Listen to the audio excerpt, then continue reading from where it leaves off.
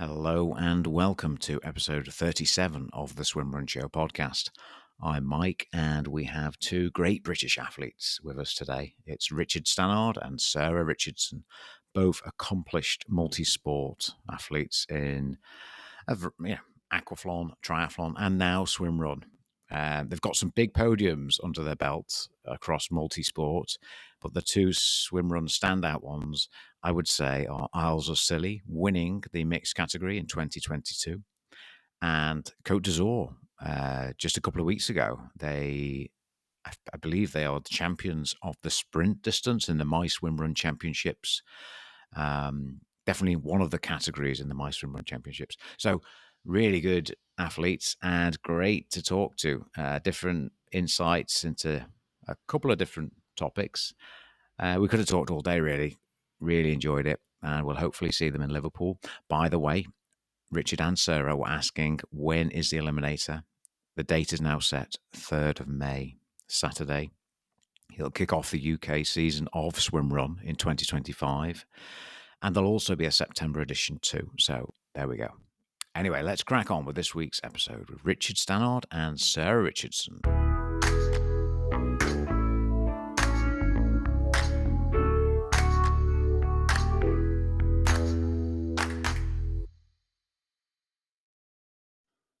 Okay, so we have two great UK swimrun athletes today, Sarah Richardson and Richard Stannard. How are you guys? Hello. Hello. Very well, thank you. How are you? Good, I'm good. Yeah. Firstly, just thanks very much for having us on. Oh no, well, it's a pleasure. It's a pleasure. So yeah, let's rewind quite a few years, I guess. So you're racing as a team now, but back in where did you come from in terms of sports? Well, sport's been my whole life. I started swimming at a very young age. My dad took us, me and my two sisters, to learn to swim when we were, babies, etc. And then started swimming once a week from about the age of 4. And then at the age of 7, joined the local swimming club. And from that moment on, I was racing galas and swimming lots, and swam all the way through Loughborough University, captained the swim team at Loughborough.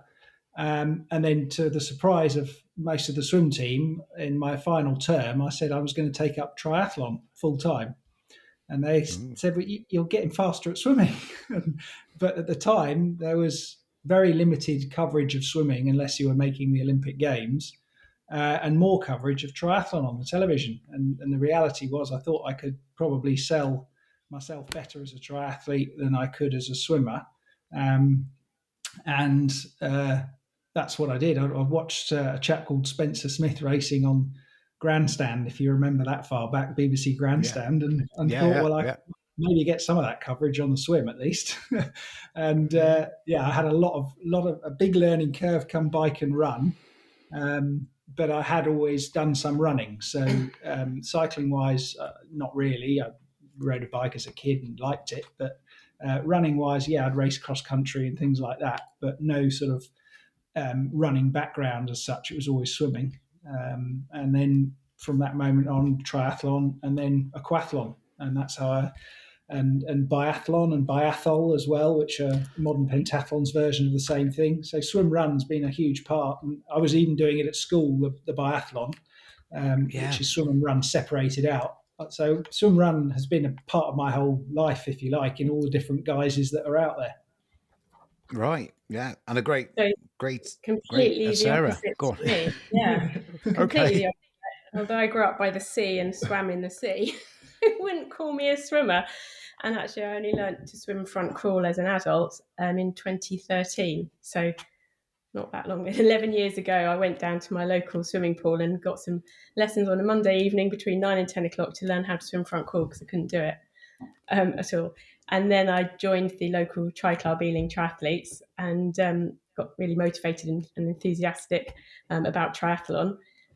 Which was actually prompted by a stress fracture that I'd got in my foot at the time. So I couldn't run because I was quite a keen runner. I couldn't run. So got a bike and then took up swimming.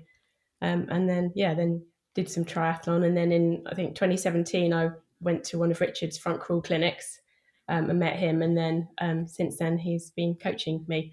And then we formed a swimrun partnership. Brilliant.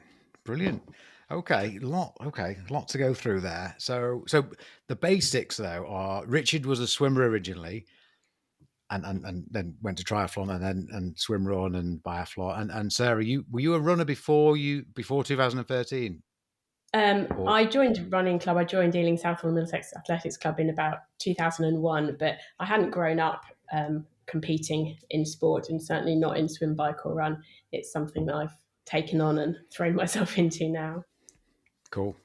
Yeah. Well, I mean, that as an adult, as you said there, you learned to swim front crawl in 2013, and I think that's one of the I always have a go at triathlon because I'm joking around, but I think one of the best things about triathlon is it encourages adults who can cycle and run to learn to swim. When because it's a big step, isn't it? And sometimes there's a bit of a barrier. There's probably not as many coach sessions as maybe there should be for adults. So yeah, I mean that's a familiar picture with quite a few triathletes and possibly swim runners. We were actually discussing that this morning in our swim session. I have a small group of athletes that we all meet for a swim in the mornings, and it's within swimming clubs, as it were. They don't quite understand adults learning to swim because most swimming clubs have had children learn to swim, and then by the time they get to adults, they're masters swimmers who already know how to swim, tumble, turn, read a clock, push off the wall. When I moved from swimming to triathlon, it became really apparent. I mean, everyone asked me when I was just an athlete, how do I swim front crawl? How do you swim better? What do you do? So my degree was in sports science, and I did actually a term of how to, Swimming Teachers and Coaches Award was part of the degree. So you think you might know how to coach, but you don't really until everyone asks you questions, and they're questions that you would never hear as a swimmer. But as a triathlete, people ask you different things, and then you start really having to think about it. And every day goes by. If I meet someone, I coach in a lake in the summer, and people are asking different questions all the time. So it's making your brain constantly work on how to turn, say, a fell runner into a swimmer, and an open water swimmer at that as well. So it's even different from pool. And it's quite a daunting prospect for non-swimmers to become open water swimmers. I definitely found that learning in the pool was hard enough, and then going into a lake pretty cold in April, it was pretty scary, pretty uncomfortable. But possible. Exactly, it's about mindset. So there's a couple of things I've got to come back to, but I want to get started on swim. So how did you find swim run, and what was your first swim run race? I think mine was the Isles of Scilly in 2016. Swim and run have been part, winning the elite aquathlon world title 3 times, 2 silvers, and then biathlon as well. I'd always looked. Swim and run were clearly my best 2 out of in triathlon, and I did an aquathlon. I think it was about 2000 or 2001 in Cancun, the World Championships elite, and came 7th, and was so annoyed at myself for getting the pacing wrong. But I knew from doing that one race that I could do this race well. So really started to pursue it, and then got it right and won several world titles at that. And there was biathlon as well, a shorter version of aquathlon, basically a run, swim, run.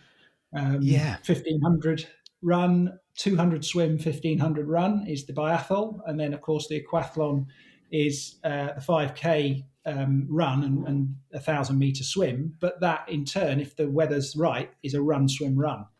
And that's the way I prefer it. Stick the swim in the middle, and the swimmers get a real advantage, especially a kilometre in the middle of 2.5K runs. And you've got a real advantage as a swimmer. But you cannot run slowly in aquathlon. You have to be, I think, to win the world title, I would say you probably need to be inside 15 minutes for 5K. That was always where I was challenging myself, to be inside 15-minute 5K pace. And then my swim was always there, because I'm a swimmer. I'd be, as long as I could swim 400 in under 410, I would have a chance of winning that world title. But it was the run. I was always trying to get it inside 15, and that was hard to do for me. I did get it inside 15, but it was hard. And that's the kind of pace I was always trying to be in for those events. Very different than swim run now, which is an assault course, a nature's own assault course, isn't it? Yeah, that's a good way to put it. Yeah. And, then So I so I started off doing a few triathlons, and then qualified for the Team GB age group triathlons in Olympic distance and sprint distance, and then I decided to try aquathlon at Worlds, and then so then I won in 2019 the World Championships and also European Championships that year. And I think that was probably at the point when Richard maybe thought, oh yeah, maybe she could be my swim run partner. She's not too bad. And then I went on to win in 22 and 2023, and also Super Sprint Triathlon in 23. So yeah, we started out in 2019, because I think 2021 actually. 2021 it was. 2021. I think the real telling point was when I tethered to you in the lake. Yeah. So I think lockdown caused it was impossible to swim in a pool. So lockdown was a bit of a nightmare as a coach, because I lost all athletes and you couldn't coach, and it was really difficult. And then when you were allowed, a couple of the athletes wanted to get together. So we started swimming in the Thames. And I think it was right in the middle of winter as well. So I worked with Malcolm Bull down at Snug Wetsuits, and we produced their wetsuit to handle any temperature for swimming in. And we swam one day at 0 degrees in these winter wetsuits that Malcolm and I had come up with. And so Sarah was there every day, two or three others, and we would swim in the Thames in Bolter's Lock in Maidenhead at any temperature, because there was just no swimming available. And then we were running.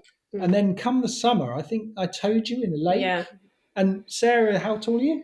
5'2" and 3/4. So Sarah's 5'2" and 3/4, and you weigh very little, so she weighs next to nothing.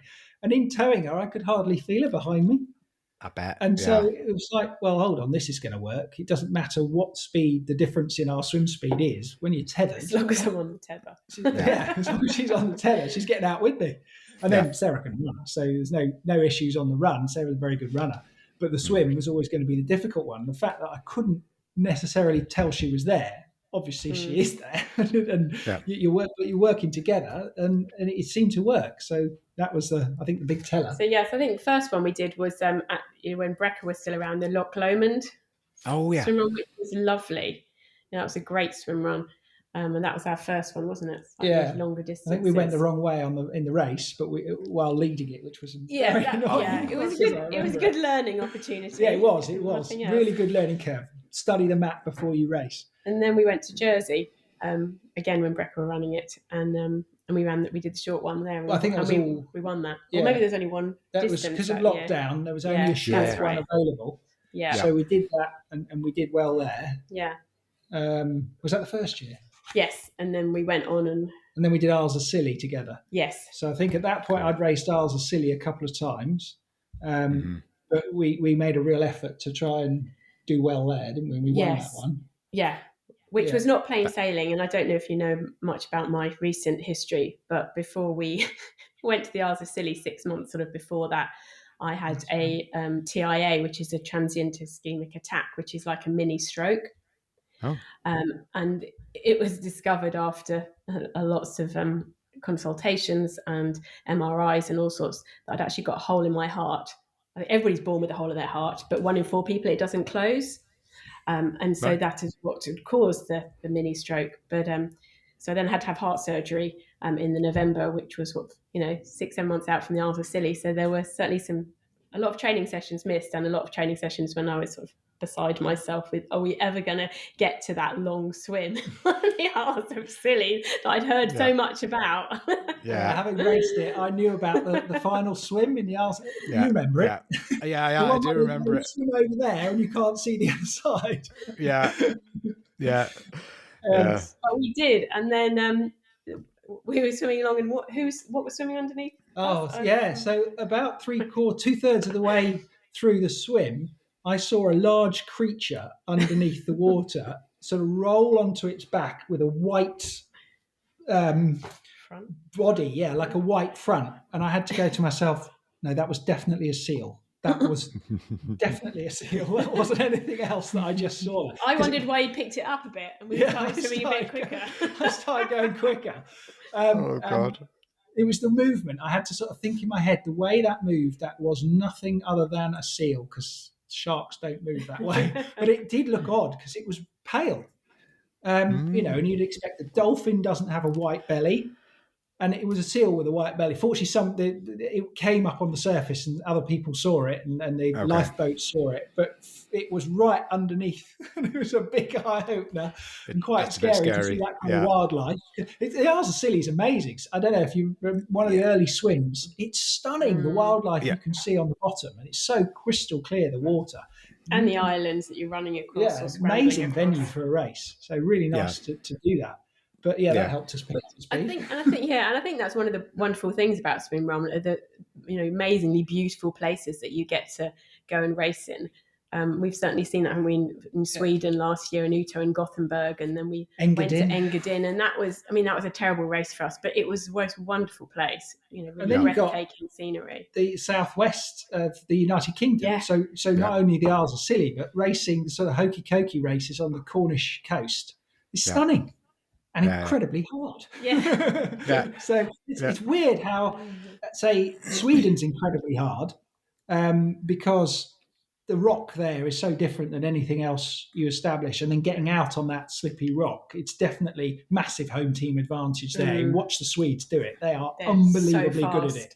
It was a real eye-opener to watch them and how they race on home soil. They are so good at that. And then you try and do Engadin in the mountains, which Maidenhead, I don't know if you know, is pretty flat. So that was really hard. But then going down to Cornwall, it's like, oh my gosh, this is another thing altogether. Yeah. And Jersey's classic as well. Jersey's very similar to Cornwall. So it's amazing, all the different races out there. And we've, Loch Lomond was again a different one, wasn't it? And then you've got more sort of urban ones like Cannes, which we went to last year, and then the Côte d'Azur that we did recently, where you've got a bit more of an urban vibe to it as well, sort of faster running, smoother. Yeah. I imagine Liverpool's very similar to the urban sort of. Yeah, your Eliminator. The Eliminator is very urban, very different. I organised a couple in Wales, and I did Liverpool twice this year, 2024. Oh, did a long? Yeah, that's another one. Yeah, the 27th of July. You should do that one definitely. When is the Eliminator? The Eliminator. I'm still finalising dates. It's complex, but I should have them within the next few days. Please avoid the same weekend as the EX swim run. We had an invite to that. Okay, yeah. But I will try and avoid. Sarah's story takes another turn. It's up and down like you can't believe. She's really been through the mill. Do you want to tell her? Yes. Okay. No, I was diagnosed with breast cancer this year in February. Then I was diagnosed in February, and then I had surgery. I had a mastectomy in March.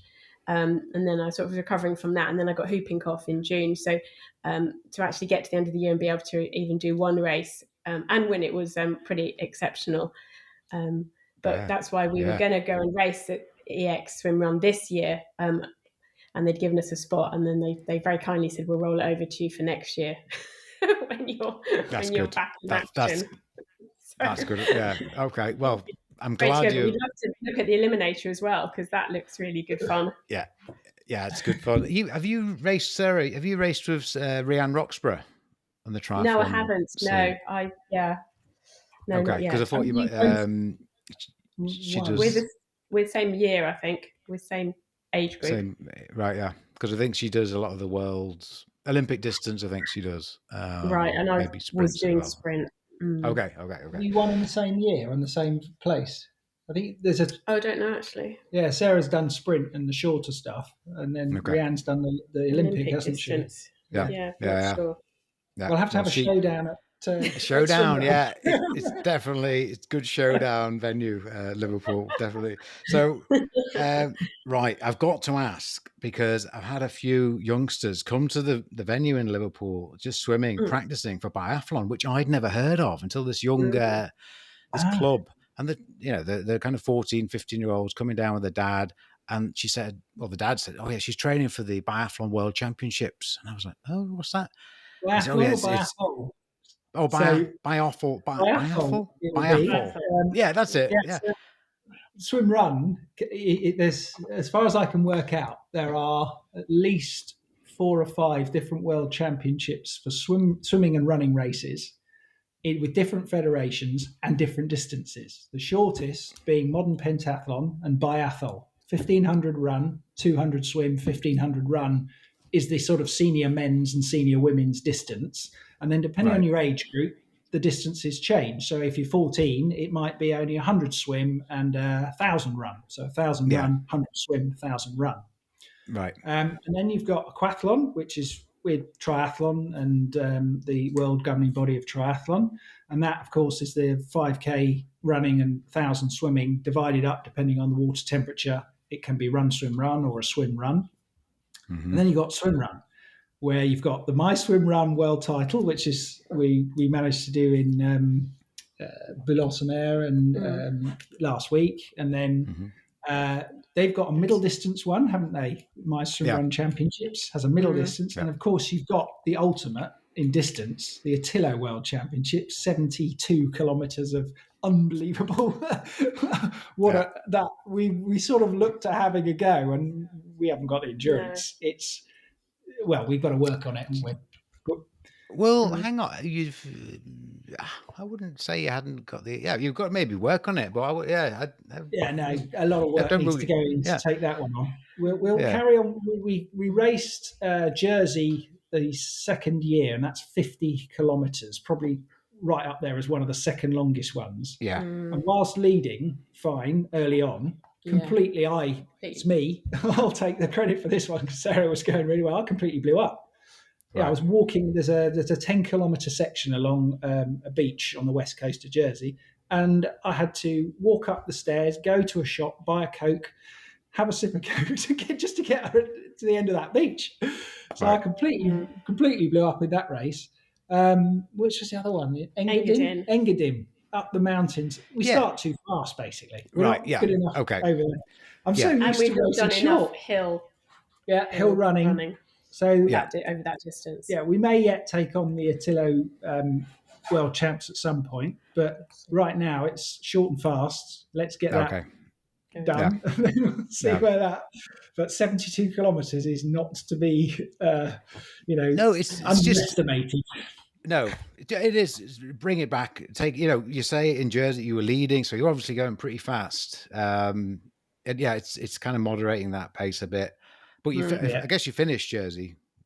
Yes, we did finish. Yeah, so you have got the endurance. You don't have to win, Richard. Run it. There's a pair, Piers and Claire, who you obviously know very well, and they've done and finished that World Championships several times. Yeah, amazing, brilliant. Yeah, absolutely outstanding to do that distance. So we'll see. Yeah, we'll see. Let's get the short ones done. Let's do all the short and fast. Yeah. So did you say you did Uto and Gothenburg last year, or was it last? Yes. Last year. Yes. Yeah. Cool. Was it last year? As in 2023. Yes, we did. Yeah. So which one did we do the full distance? Uto. Yeah, that's right. Yeah, we did and we did Engadin full distance. Blew up again. And then we thought, right, let's change this. Let's do the shorter one. So we went to Gothenburg and did the shorter one, and we came second. Oh, brilliant! And then we went to Cannes, and we won in Cannes. So it's we're better at the short stuff than we are at the long stuff at the moment. Yeah. But I mean, I used to race for, when I was a swimmer, 2 minutes. Then as aquathlon and triathlon, aquathlon's half an hour, and Olympic distance tries 2 hours. To jump to 8. I mean, I guess any triathlete who's gone from Olympic to Ironman will say the same thing. It's a jump. Yeah. and we're not getting any younger. So Yeah, which normally bodes well for the long, slightly slower, longer race. Yeah, that's true. But you can I prefer the short stuff. I like the racing head to head rather than surviving. Yeah. Although I think in Attila they are racing head to head over. Some of the male pairs and female pairs, they are literally side by side or racing off each other. So just like, well, I'll need to get myself fitter. I think you'll survive. So okay, cool. So your coaching, where do you do your coaching then? Down in Bray Lake Water Sports Centre. So near to Reading, Bray and Maidenhead side by side. Bray is a small village next to Maidenhead in Berkshire. And Bray Lake Water Sports Centre have a really good facility. They do all sorts of water sports, supping, sailing, kayaking, but swimming in the mornings and evenings over the summer months. They swim all year round, actually. There's people who break the ice and go in the winter. And in fact, when Sarah was diagnosed with cancer, we did the same thing to try and stop it spreading. Quite a shock to get in 6 degrees in a pair of trunks. So, it didn't last very long. 25 seconds was our first dip. But so cold. You were trying to stop the cancer spreading by going in cold water. Yes, I mean there's a theory that it can prevent the spreading of cancer cells by shocking it with the cold water. I mean, I don't know whether it did or not, but I had it all taken out. It hadn't spread, so I'll do what I can to help myself. But the other thing that's taught personally, and I guess you as well, is that 11 degrees is not cold in a wetsuit. No, it's all right, isn't it? In a wetsuit, yeah. It's kind of manageable. Yeah. Okay, yeah. I'm just still wondering about, because it's interesting with the I'm still thinking about this biathlon, you see, because of the way things are going. I'm just wondering what's going to happen, because in adventure racing currently, I think there's one governing body that I think it's to do with obstacle racing or something like that. They're trying to say they're the governing body for adventure racing. And all the adventure racers are really annoyed with them. And, there's all this hoo-ha going politics. on. Oh dear. Yeah, sport politics. Yeah. I think if anyone had the answer, it would be amazing. Every sport goes through this. So I think even stand-up paddleboarding has gone through it, because I've been told that being involved at a water sports centre, you hear that. Triathlon went through it for a bit back when they were trying to get in the Olympics. It wasn't really two governing bodies as such, but European triathlon at the time, back in the mid-90s, was very big. The European Triathlon Series, ETU, had a huge series on Eurosport, and a lot of athletes were racing on that one. And then there was the World Cup circuit, and then there was a thing called the International Grand Prix of triathlon, which was very short stuff, which has sort of come back now. And that's the Super Series? Is it? Super League Triathlon, that's it. And that's really good fun racing, but they've timed that so that it all works. Whereas back in the early 90s, things were crisscrossing, and, there were governing bodies. So that aspect of for different sports does happen. And eventually, hopefully, it will find a level, but I don't know, there's going to be politics, whatever sport you're in. And I'm sure, swimrun will eventually have that, I'm sure. But what you don't want it to do is mess up the sport. So it's finding it's not an easy question or easy thing to figure out. As athletes, you just want to race and have good racing and racing with good quality athletes in it and good quality formats. And you're racing the Eliminators, brilliant idea. Yeah. That kind of thing is absolutely fantastic, but never lose the core of what Attila have got, which is, Sweden is an amazing place to go racing swimrun. Their geography is such that, so you want to bring it all together. And triathlon, I suppose, found its level with Ironman doing its thing and triathlon doing, triathlon.org doing the ITU, as it used to be called, International Triathlon Union, doing their thing, and the Olympic Games. and swim run or adventure racing. If you're, it's got to find its level, and there'll be different formats and different things, and it's working on those different formats and what suits what. But as long as we've got all the races to do, then as an athlete, you love it. Bring on all the formats. It's good fun. Yeah. No, triathlon seems to be in a good place now. As you say, from Ironman to Super League Triathlon to X-Tri World Tour, Xterra, and a normal kind of triathlon as well. And there's such a range of types of races, but they seem to be working together well, I guess. We both raced the Xterra World Champs this year in Italy. Oh, wow. We're not great at mountain biking. Not quite so. I absolutely love it, but and in fact, the Diffie Aquathlon is right by one of the best mountain bike places on the planet now. The Atherton family have built an absolutely amazing facility down there. So if I come and do the aquathlon, I'm definitely going to Diffie Bike Park. Diffie Bike Park. Yeah, Rachel Atherton and is it Darren? Dan Atherton, isn't it? Yeah. Dan Atherton, he's the guy who's built most of it. I think Rachel and other brother, what's his name? They both ride it exceptionally well. I think they're all incredible. They're all world champions, aren't they? Everyone in the family has got a world title or multiple world titles, and absolutely epic on bikes. So that neck of the woods, Diffie, is becoming famous globally for sport. Good. So keep your aquathlon going. That's it. Good stuff. So next year, so you've qualified. We're winning the My Swim Run World Championships sprint distance. You've qualified for next year's final, I'm guessing. Yeah, that's in Spain. In June. 1st of June. So that's definitely on the list. Could be 3 weekends in a row, depending on when you put the eliminator. If we did the eliminator, the EX swim run, and then the following week go to Spain, that's quite an ask. So we'll have to see what's going on. Yeah. If you could do it early May, that would be really useful. I've penciled in on early May dates, Richard. So watch this space. Okay. And so May will be May and early June. If we can fit those in, we'd definitely like to do those. Xterra would like to go back there, just simply to do better, and that will help with endurance as well, because that race is long and hard. So training for that get you in good shape for swim run. We need to. Yeah, and then there's a middle distance from My Swim Run. Yeah, we don't know when that is yet, though, do we? But we might have a go at that, because that's just a bit longer, but not too long. So we might be able to cope with that. And then look at some Attilos perhaps as well.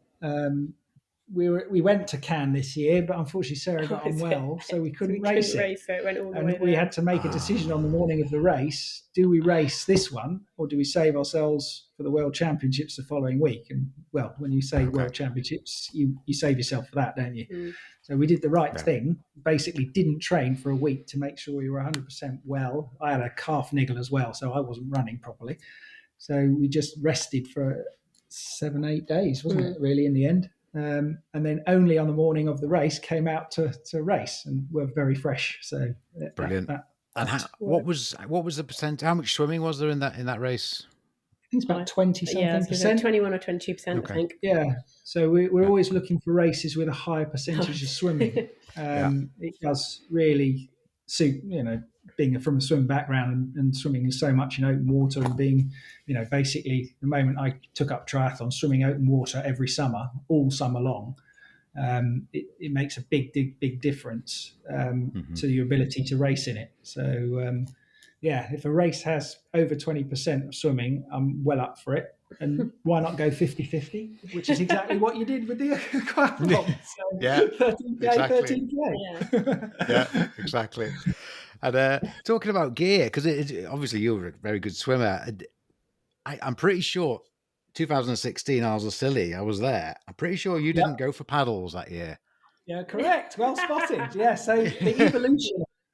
So when I first went to race it, Me and Andrew Fargus, who I raced with in 2016, both coming from triathlon, both good swimming and running. Andrew's raced Marathon des Sables, so exceptional runner. Right. 7th, maybe, finished in Marathon des Sables. Okay. So, yeah, very, very good endurance runner. We decided to be light as possible and, see how that worked out. And well, we won, so it worked. So I pursued that going forward, thinking that was the way. And then the next time I raced was a few years later, so I'm getting a few years older, with Mark Threlfall, and didn't wear paddles again. And that time that was a mistake because swimrun had moved on. I think the world champions, or at least second or third in the world, were racing that day in a male pair, and they caught us on a swim, and me and Mark weren't tethered and no paddles. Okay. And then when they caught up, it was like, hold on a second. Okay, paddles seem to be working here. So I picked up the pace just to see how fast they could go and how fast Mark could go, and was working very hard whilst being able to swim faster than the guys with the paddles on. It was a lot of work to do it. And I suddenly realised, actually, there's method in their madness. Okay, paddles might be the way forward here. And I think they were tethered. Yeah, and that would have helped Mark there being tethered, and me being tethered to him on the run. He was outrunning me and I was out swimming him. So he's a much better runner than I am. So that was a good lesson to understand what's going on in swim run now. They've really got this down to a fine art, and then started really looking at the equipment better and watching what the two chaps we were watching, the two world champs, Hugo and Max. Yeah, Max and Hugo. Yeah. Exceptional athletes, really good athletes. So looking at what they were doing and understanding what they were doing. Now, I don't think they tethered, but the trainers they were wearing. So what's got good grip, because you're looking for good grip. And I think you mentioned a pair that we hadn't heard of in one of your previous podcasts. So. JYs, was it? VJs. Yeah. Having a look at those, looking and see what they like. But also Pool Boys. Pool Boys, was the other thing. And the Arc Keel seems to have the best, put you higher in the water. But from the word go, I still believe I've got the best wetsuit because it was one I built with Malcolm. And despite being told by several people, you're not wearing a swim run wetsuit, it's not good. Anyone at the moment, no one swam faster than me in that suit. So, in swim run. What they might be thinking is the running aspect of it. You know what? Yeah, they might be right. So when it's hot, it's too warm, the suit that I wear, definitely. And that's probably what's blown us up in some of the races. And also it's a back opening wetsuit. So it's really, really tricky to undo when you've got a bib over the top and then pull back up again. Whereas if you've got a front opening one, it'd be much easier to. So I would agree, in a hot race, middle of summer, the suit isn't quite right. But any other race, you don't swim. It's fast. It's fast in that swim. It doesn't slow me down on a run. But we'll find out. Let's, come to see how fast it can actually go for a really short distance race or an eliminator format. It worked recently, didn't it? When you're not running for too long, it's when you've got sort of more than a 5K run. Then anything. I don't get hot. I'm fine. I leave mine on and done up. It's absolutely fine. We never get cold in the water. You never get cold in the swim. So, I think the Attilio World Champs this year was a cold one, and it would have really suited that race. The snug suit would have worked really well for that race. And I don't know that, depending on what the air temperature was doing, how often it would have to have been pulled down. But it is so quick in the water. Okay. Up to 20K or I would say even up to 30K of racing, it works. I don't know whether it will work beyond that unless the weather's right. But okay. And we love the arc. We love the arc keels as well, because when we won the Isles of Scilly, we had two Pool Boys taped together, strapped around our legs. It was very makeshift. And now we've moved over to the arc keels. Like, yes, okay, these are good. I've tested as many different Pool Boys, Hoob, had the big boy. I think that was really good. Yeah. And at the time, I think it was probably the best one out there. And then the evolution for swim run has been incredible. And arc, I don't know if there's anything better at the moment, but certainly in the last season and season before, that keel was definitely the one giving you the most float. And but buoyancy is absolutely key to swimming fast. Other people may disagree. I know some people don't like the buoyancy that wetsuits give them and things like that. But you want to swim fast, you need to be out of the water as high as you can get yourself in the water. You think about America's Cup yachts; they're on top of the water. They're not even in the water; they're flying over the top of it with the wing sort of keels and the things they've got on the bottom of the boat. They're trying to get the hull out the water. Well, personally, swimmers in a swimming pool race, they're trying to get as high as possible using their core. Well, when you stick a pair of trainers on, if they allow you to use a pull buoy, you can get them out the water. So you don't want them dragging, and that's what a keel does. The arc keel definitely does that. It's cumbersome to run with, it can be, but then it's how you set that up and put it behind you. And definitely Hugo and Max were showing that off really well. I remember watching them transition in World Champs, watching the video of that and watching how quick they'd whip it around the back of themselves and get on and run. It was very impressive to watch. And some of the coastal paths are really, really narrow. So to have something on the side of your leg actually gets in the way and starts ripping down bushes and you get sort of stuck, whereas actually to have it behind you is much more efficient. Yeah, definitely. Much smoother running. And sizing it up as well, I'm over 6 foot and Sarah's 5'2 3/4. We have different size pull buoys. So you pick the size that works best for your height and build. And same with paddles as well. Oh yeah, paddle size. That's and condition yourself. Get used to wearing the paddles. I didn't wear them when we first started out doing swim run, and then I started wearing them because actually, when I did start to wear them, I was swimming slower than if I didn't have them. So I needed to do quite a lot of training to get that right. And now I'm faster on them. Yeah, a lot faster. That's good. So what paddles have you got, Sarah? A stroke maker ones. Okay. Just the same as Richard, but they're just a different size. So they're a swimmer's paddle. I've had them since university. The design came out of America, and having used just about most things available from all the big swimming manufacturers, Speedo, Arena, and over the years, I tried these stroke makers, and the feel was exceptionally good. The shape and where they've got the holes in them, and so I've then stuck with those my whole swimming career and then triathlon career, still using them. So then when I've got to swim run, I've just carried on. But interestingly, with the paddles, I have seen that there are, is it Arc again, have got carbon ones, or is it a different manufacturer? Yeah, there's a few. Arc do some, Evolvent carbon paddles, Frank paddles. Yeah, but Arc are probably the most established, certainly with all their other kit. But yeah, there's quite a few carbon options now. So we haven't progressed to the carbon. I mean, expense-wise, with lockdown being rubbish as a coach, I haven't got the money to buy them. So I haven't tried them. It's fairness. So I don't know if they're quicker. But when I've tested most wetsuits for triathlon over the years. Literally in my triathlon career, I made it my job to get out first. I was getting bonuses from sponsors to lead swims out. So I tested everything and I worked out what was fastest, what's not fastest. And I still know to this day, the Snug custom built wetsuit, here's a big plug, but it's faster than anything else. It is. It just is. I mean, we put them on. I helped Malcolm sell them, and we put them on athletes, and they come into the lake, and we say, get in whatever suit you've got, swim a lap, and then put on your Snug when you're tired. Now swim a lap, and they're faster for no extra effort. So that's basically that's why I made a swimsuit in the same way as a swim run suit.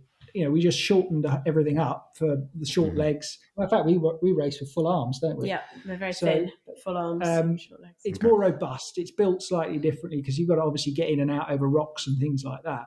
But the most important parts of the suit are the same as the sort of triathlon swimming suit or the swimsuit that Malcolm makes for triathlon and for open water swimmers.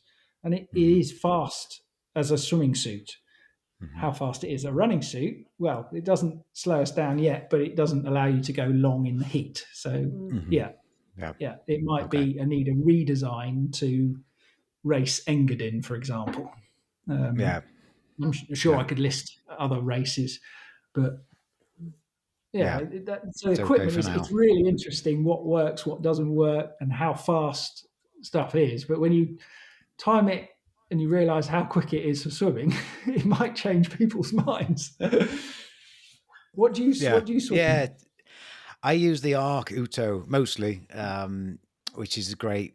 Yeah, it's great. I mean, for running, it's awesome because the lower legs, well, the legs basically, are not neoprene. They're kind of almost like a fabric, a running kind of fabric, oh wow, very tight. Okay. Yeah, so you were so it's super to do the job. Yeah, exactly. Yeah. And a lot of there's also there's the Arc Keel, then there's the Arc Keel Plus and the Arc Keel Mega. For oh wow, is there yourself, a mega? There's a Mega, which is it's massive. Like it might suit you because you're 6'2". Yeah, but probably too big for me. I'll tell you whether it's fast or not. Well, I've tested so much stuff in lakes, and I've got like test laps and all sorts. I know timings, and it's quite fun actually to know the difference between all the different equipment in terms of speed. I'm willing to test anything. Yeah. Okay. The Arc Mega. The Arc Mega. Yeah. The big boy. But, yeah, I mean, so, as you say, some races like Uto, for example, we in and out of the water, and Gothenburg, you're in and out quite often. There's not really long sections of running, but when you do the World Championships in Sweden, the Otilo ones, I'm sure you will one day. It's probably 18K, but probably feels like a half marathon. It was a long run, and it's a proper run. Yeah, right in the middle of a race when you're already cream cracking. Yeah, exactly. Isn't that where quite often I think Max and Hugo, that's where they would do the damage on that run, isn't it? Where it looked like to me, in analysing the course, if you want to win that race, that's where you got to put it in. Yeah, you've got there's a lot in it. I mean, run there. Yeah, you've got to get there in good shape and then run really fast and then finish in good shape. And then those transitions after that, you're getting into the sort of final 15 territory there, aren't you? And it's then getting in and out, and the Swedes know exactly where to get in and out on those swims and runs. And although it's French who've now won it, isn't it? The world champions? French, so the French are on the march. Well done to them. We raced Biarritz, didn't we, one year? We went down and did a swim run in Biarritz. Yeah, that's a great one. That is. Sarah hadn't experienced surf like it. I love the surf. I can't get enough of it. You were quite apprehensive about that. Yeah, and then our tether snapped on the way in on one of the swims on one of the big rollers going in. That was tricky because then Richard just swam off, and I was left in the middle of the ocean. I think the reason it snapped is that we were able to body surf it in the wave. But you got on one and I didn't get on that one. I got on the one behind, and it was just too much for the tether, and it just snapped. Which is brilliant. Failure. But they're fast. The French races start fast. That was very quick. That was straight out the gate. So that was good fun. Good stories. That is the only time when because I've had in the early days I had a tether snap on. I was the strongest swimmer at the time, and there was a knot that had formed somehow on the race. The knot created a slight weakness in the bungee, and it snapped when we were going around a corner. That dropped us down the podium, but it's all good learning. Do you use a specific bungee? Because all our gear is homemade. Our belts are homemade. The all homemade. I enjoy making the bungees. I've experimented with different thicknesses. That one that snapped was only probably 4 mil. I use a 6 mil now, but it was probably more to do with the knot. I'd probably 4 mil is fine. ish. And different 4, 5, sizes 6. of carabiner and things like that, because you don't all want good fun. I love carabiners. too much. Yeah, so carabiner, I bought so many carabiners.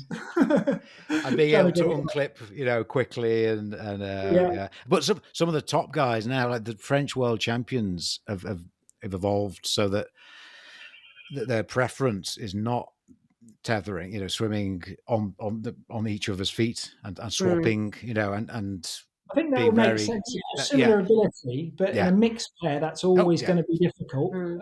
Yeah. And most pairs are going to have a strength and a weakness, even if same-sex pairs. They're going to, you've got to. It's finding someone of a similar ability to you in both. I think in order not to be tethered. The female pair found that once, didn't they? What's Desiree and Fanny? Desiree and Fanny obviously got it right because they won several times, didn't they? Desiree, we saw them in Ours Are Silly. She can swim. She's a very good swimmer.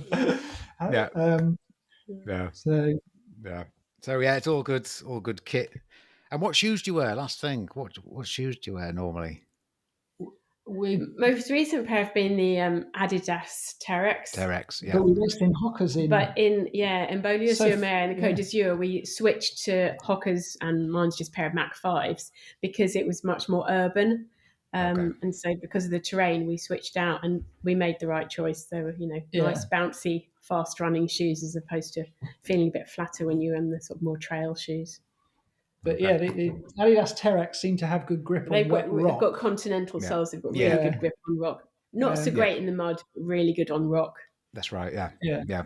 But jury's still out on trainers. I think they keep evolving all the time. And so, looking at that, what's best. And then it will depend on a race by race basis almost. What's the terrain like in Divi, for example? I bet that's fell running type stuff, is it? Well, the aquathlon is there's a good bit of tarmac, and then there's only one section that would make you question whether to wear hockers or hokers or not, which is a grassy descent towards the end. You could probably get away with a very light trail shoe, or you could get away with a running shoe, normal one, but you'd have to be comfortable on trail with it. It's not mega technical at all, the run, but it is. Okay. There is up and down, and the only place I thought I've slipped was this grassy descent towards the end, but it's a soft landing. we ran some of the Endurance Life races over the winter. And footwear is absolutely vital at some of them. It's shocking, some of the terrain that you have. It's good because we're personally not great at the technical running, which you need for swim run, you need for Xterra and Endurance Life. Oh, crikey. Footwear is something you could probably have a conversation for about 4 or 5 hours on, and what likes what and what works best. And fell runners, they must know. I mean, Innovate were very popular to start with for swim run, and it makes sense because Lake District, North Wales, there's quite a few races. Obviously, Cornwall and the coastal paths down there. Prior to Innovate, there was a company that used to hand make them was it in Yorkshire somewhere? Used to hand make shoes with a waffle type sole on the bottom. Was it Ron Hill? Was it Ron Hill? No. No. I know. I can't remember the name of the company. And I used to use those for quite a bit of cross country and stuff like that because I never used to understand why spikes only had spikes on the front. If you were running cross country, you'd want a heel that also dug into the mud.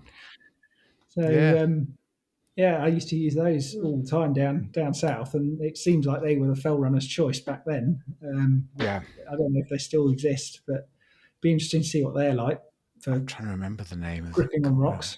But I had a pair of ice bugs once for I think it's a Swedish company, Ice Bugs.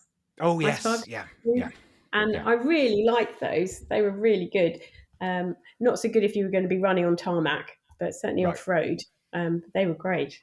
No, they were popular. I remember a lot of the Scandinavians had those on early, but you don't see many now, actually. No. I think the VJs with the Finnish company, the Scandinavians love them and it seems to be the best, 100% best grip. I've not tried them, but I keep hearing great things. A few people go for the Hokers now. So yeah, it's loads, isn't there? Yeah. Speaking of swim run events, there's one thing we haven't mentioned. Have you heard of the Frog Graham Round? Oh yes, yeah, I have. I've The not done it tadpole yet. round. I've done the tadpole. Right, brilliant. I've not done the Frog Graham, but that's something. It's quite long. Yeah, It's a tough lot of running, not that much swimming. Not much swimming, is there? No. The tadpole's all right. It's got 2 swims in it for the distance that you go around. But the Frog Graham, it's very much a run-biased affair. Yeah, it is, isn't it? It's still an interesting swim run and a good challenge. Yeah, and there's also an equivalent in North Wales called the Puddle Buckley Round. Oh, which is based on the Paddy. Yeah, write it down. Yeah, it's based on the Paddy Buckley Round, which is kind of North Wales' version of the Bob Graham Round. It's people tell me it's harder. I've done pretty much every section of it. I've not done it in a oneer, but yeah, the Puddle Buckley Round is on my list of to-dos. I'd say they're both hard, but they're both very run heavy. I think to really know your route and how you're going to manage it, and it would take a fair bit of prep to do that. Helpfully, if you live locally, obviously, living in the southeast of the UK is not the best place to train for that kind of thing. No. Okay, well, Richard and Sarah, lovely to have you on, and so I think we've only scratched the surface of your swim run stories. Look forward, hopefully, meet you in person next year, somewhere. We'll keep an eye on the dates. It might be in Liverpool. Yeah, I raced there in triathlon a few years back at the national champs. They had the national triathlon champs in Liverpool. Enjoyed you that. You won, didn't you? You won. Podium. I don't think I think a silver or bronze. I can't remember. Okay. I did race in Liverpool several times. I don't think I won the nationals there. I won nationals in Salford, I think. I won the British champs in Salford, but I was definitely on the podium for nationals in Liverpool. Cool. So I'm in the Liverpool docks. I've done something else there as well. Did I do a great swim there or something? Possibly. I'm trying to remember. I can't remember if they had one of the great. There was the Great North, Great South, Great East, West swims, and that was back in the day as well. I can't remember. But you got bronze in 2004, Richard, in Liverpool. Oh, there you go. You look that up. British Triathlon Elite and Swansea 2003. Swansea, I got on the podium. Yeah, that was right. Mark Jenkins won that day. I think Tim Don won in Liverpool. Is that right? And then Mark Jenkins won in Swansea, and I got bronze there. We were training together at the time.